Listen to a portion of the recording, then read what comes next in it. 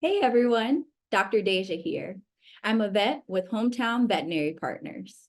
We're thrilled to team up with Vet Candy for this project. I remember the stress of preparing for the NAVLE, and we're here to support you through it.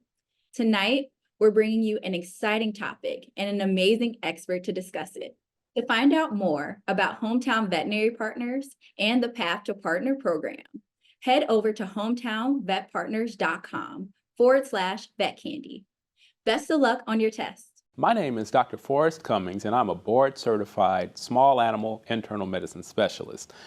I am here today to talk to you about diabetes mellitus in dogs. Before I get started, I would like to tell you a little bit about myself. Like many of you, I've had an affinity for animals at a very young age. I was always intrigued with biology and how the body worked. My passion for animals carried me to the University of Kentucky to receive a degree in animal science with a minor in biology. I then attended Tuskegee University College of Veterinary Medicine, graduating in 2005 with my doctorate of veterinary medicine. While at Tuskegee, I was introduced to the specialty of internal medicine and immediately fell in love with it. I love the detective work involved and helping to diagnose dogs and cats, and ultimately managing their conditions.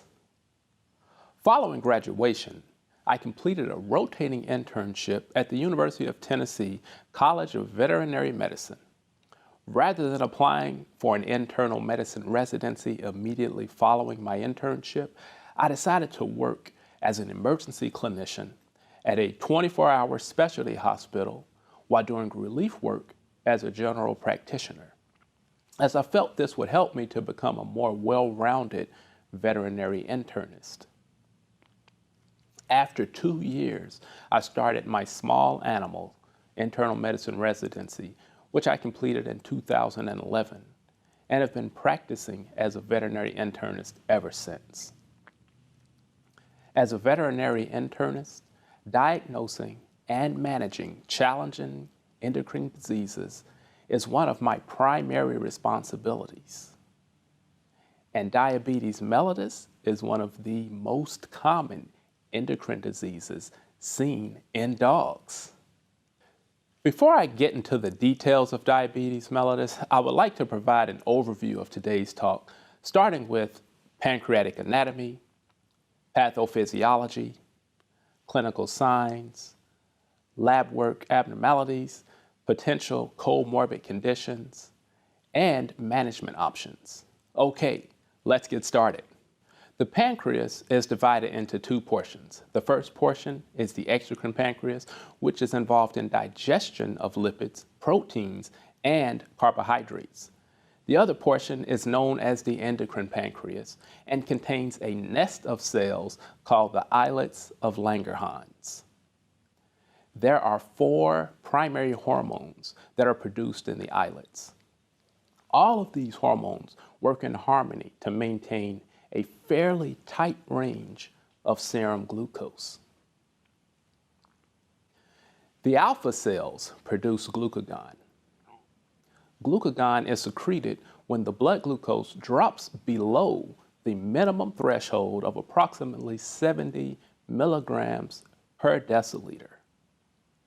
Beta cells secrete insulin, whose primary function is to lower blood glucose levels when it approaches the upper threshold of approximately 130 milligrams per deciliter.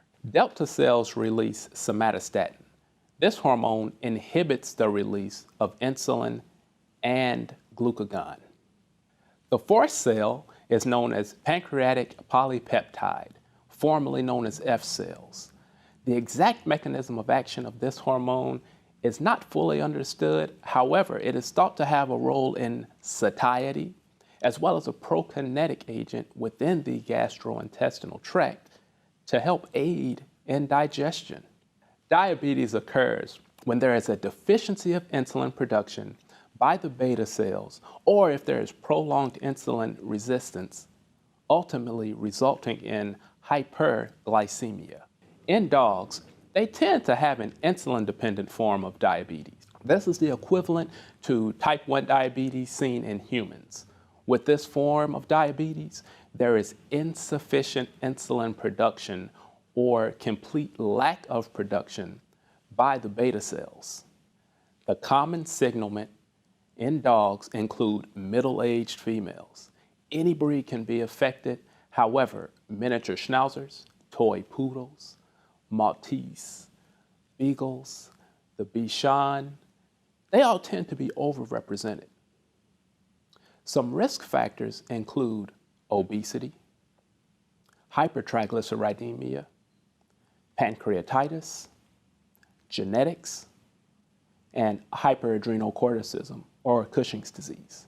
The hallmark clinical signs seen in diabetes include polyuria, polydipsia, polyphagia, and weight loss. Other signs can include cataract formation, distended abdomen, and an unkempt hair coat. Other clinical signs may include lethargy, dehydration, anorexia or hyporexia, vomiting, hematuria, and panting. If any of these other signs are seen, please start to look for concurrent illnesses. After obtaining a thorough history from the owner and performing the physical exam, additional diagnostic tests should include a CBC or a complete blood count, a biochemical profile, urinalysis, and urine culture. Additional testing may also be needed to rule out concurrent pancreatitis, endocrine diseases such as hypothyroidism, as well as hyperadrenocorticism. Potential findings that may be seen on the CBC can include a leukocytosis, which may be the result of a stress leukogram or as the result of an underlying inflammatory or infectious process. Hemoconcentration may be noted secondary to dehydration. Biochemical findings include hyperglycemia, usually greater than 180 milligrams per deciliter, elevated liver enzymes, and hyperlipidemia. Abnormalities seen on the urinalysis can include a normal to decreased urine-specific gravity. The decreased specific gravity is due to a hyperosmotic diuresis secondary to the hyperglycemia. In dogs, a serum glucose of greater than 180 milligrams per deciliter will result in glucosuria. Other findings can include ketonuria and bacteriuria. The glucose that is excreted in the urine serves as a perfect energy source for the bacteria naturally located within the lower urinary system to cause an ascending bacterial cystitis. Please remember to culture every newly diagnosed diabetic as well as any chronic diabetic who is especially difficult to regulate. If your patient has concurrent vomiting and decreased appetite, consider screening for pancreatitis by performing a CPL, a PLI, or a serum PSL. If pancreatitis is noted, additional supportive care may be required, such as antiemetics, pain medication, parenteral fluid support, and transitioning to a low-fat diet. Additionally, abdominal imaging may be required to further evaluate the cause for the vomiting and to look for structural abnormalities within the pancreas. This is accomplished most commonly through abdominal ultrasound. However, if this is unavailable, abdominal radiographs may also be helpful. Lastly, as previously mentioned, screening for concurrent endocrine diseases may be indicated if the diabetes cannot be adequately controlled with insulin therapy alone. This can include screening for Cushing's disease by performing a low-dose dexamethasone suppression test, an ACTH stimulation test, or an adrenal hormone panel.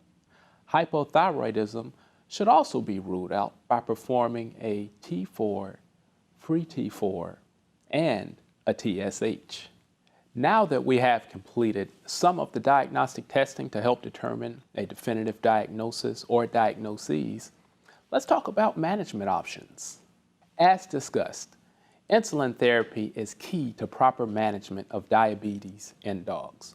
Oral hypoglycemic drugs are generally not effective since these drugs work by increasing insulin production by the beta cells. However, remember, in dogs, the beta cells are poorly functioning or not functioning at all. Insulin types include both intermediate and long-acting insulin for the chronic management.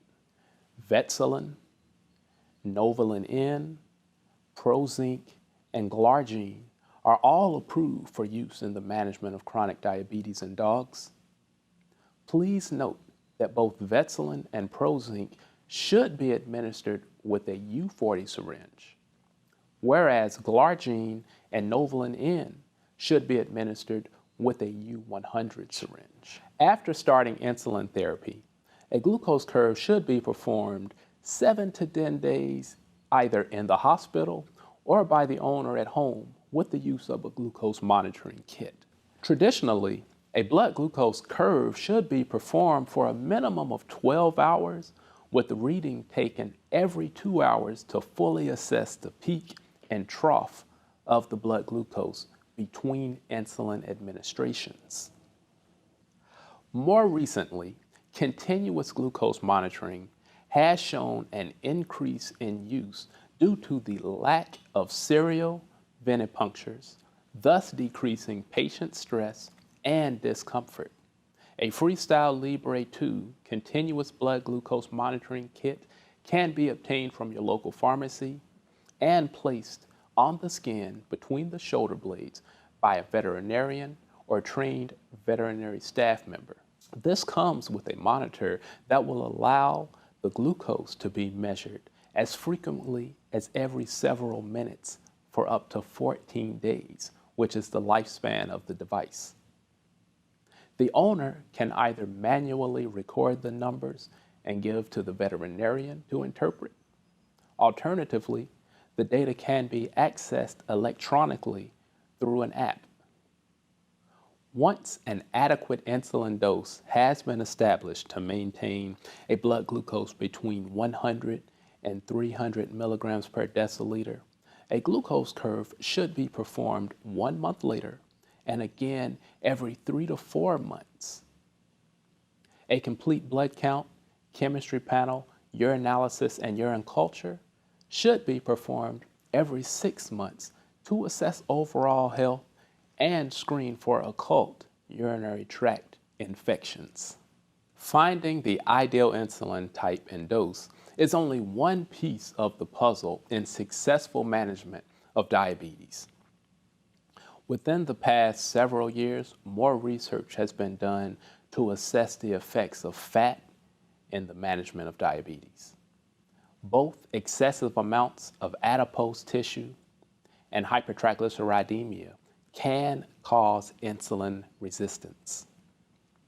It is important to try and increase the metabolic rate to help lower the amount of excessive adipose tissue present within the patient. This can be achieved by something as simple as taking daily walks. Adipose tissue has been shown to have anti-insulin effects, thus predisposing you to diabetes and making management of diabetes much more difficult. Likewise, hyperlipidemia has also been shown to antagonize the effects of insulin. If there is no underlying cause for the hypertriglyceridemia, a combination of prescription low-fat foods and medication would be indicated. This can include such drugs as gemfibrozil and fenofibrate. Both gemfibrozil and fenofibrate increase lipoprotein lipase activity and fatty acid oxidation to reduce the triglyceride levels. Once initiating therapy, measurement of serum triglycerides should be performed approximately 4 weeks later. Ideally, triglyceride levels should be less than 400 milligrams per deciliter after starting therapy. When deciding on the ideal diet, there is no general consensus. A high-fiber, low carbohydrate, and moderately low fat diet can be used in cases of an uncomplicated case of diabetes mellitus. However, if there is concurrent pancreatitis, that can only be controlled with a prescription ultra low fat diet. The carbohydrate load may cause increased insulin requirements and more difficult management. Furthermore, the same can hold true for patients requiring prescription diets to manage underlying renal failure, food allergy, and liver disease. Remember, in situations like these, consultation with a veterinary nutritionist can provide helpful insight and custom diet options. One major complication of diabetes is the development of ketoacidosis. These patients can present to the hospital extremely ill, secondary to the metabolic acidosis, electrolyte disturbances, and severe dehydration. A characteristic clinical sign is the sweet acetone breath. If the patient is too dehydrated to collect urine to confirm a ketonuria, measurement of serum ketones can be just as effective. The diagnosis of DKA should always be considered a potential life-threatening emergency, and the owner should be advised to transfer to a 24-hour emergency clinic for aggressive supportive care. The prognosis for a patient with diabetic ketoacidosis is extremely guarded and will ultimately depend on how quickly medical management is initiated and the response to therapy. The mortality rate can range from 30 to 50%. Ketone bodies are produced secondary to starvation or prolonged hyperglycemia. As a consequence of the body not being able to utilize its energy source, it begins to break down fats and proteins through a process called gluconeogenesis. This results in an increased amino acid mobilization from the extrahepatic tissues and increased free fatty acid oxidation from adipose tissue, ultimately resulting in an accumulation of ketone bodies, namely beta hydroxybutyrate, acetoacetate, and acetone. At this point, I would like to touch on a common concurrent endocrinopathy seen with diabetes, and that is hyperadrenal corticism. These are the cases that I generally tend to see due to the complexity of the case and the poor regulation of the diabetes. These dogs tend to require higher doses of insulin therapy that may not necessarily decrease with successful management of the Cushing's disease. However, it is important to note that the insulin requirement may decrease once the anti-insulin effects of the cortisol are controlled. The families should be informed to monitor for signs of hypoglycemia after starting veterinary therapy. Some dogs with Cushing's disease can be managed successfully with once-a-day veterinary dosing. However, it is recommended that dogs with both diabetes mellitus and Cushing's disease be treated with twice-daily Vetaril or trilostine. Overall, the prognosis of dogs with uncomplicated diabetes mellitus is good, and many can live a normal lifespan as long as complications do not arise and comorbidities do not develop.